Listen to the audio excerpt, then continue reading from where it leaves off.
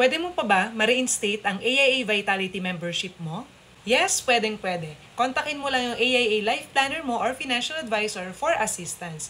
Or kung wala kang advisor, pwede mong tawagan yung ating hotline na 02-8528-2000 or you can send an email at ask@aiavitality.com.ph. So magkano ba yung kailangan mong bayaran para sa Vitality membership mo pag i-reinstate? So kung ordinary life plan or OL plan, kailangan mong bayaran yung previous months, years o kaya naman quarters na hindi mo pa nabayaran before. Pero kung VUL naman or variable unit link ang plan mo, kung saan naka-attach yung Vitality, ang babayaran mo lang ay yung last modal premium ng Vitality. So kung naka-monthly ka, quarterly, semi-annual at annual, yun yung babayaran mo. Pero kung nag-apply ka ng AIA Vitality, as additional benefit mo, after ma-approve ng existing plan mo, ang mangyayari dyan is babayaran mo is 1,200.